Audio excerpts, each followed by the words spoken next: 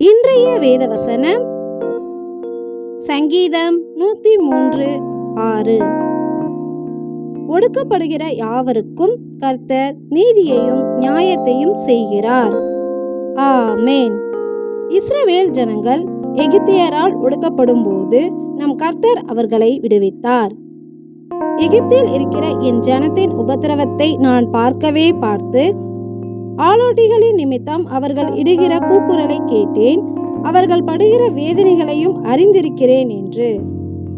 தேவன் தம்முடைய ஜனங்களின் பாடுகளையும் உபத்திரவங்களையும் பார்த்து அவர்கள் படும் வேதனைகளையும் அறிந்து அவர்களை விடுவித்து அவர்களுக்கு தேவன் நியாயம் செய்தார்.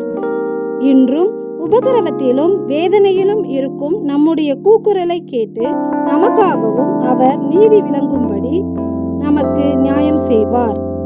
எங்கள் கூக்குரலை கேட்டு எங்களுக்கு நியாயம் விசாரித்து நீதி செய்யும் எங்கள் நீதியுள்ள தேவனே, உமக்கு நன்றி செலுத்துகிறோம்.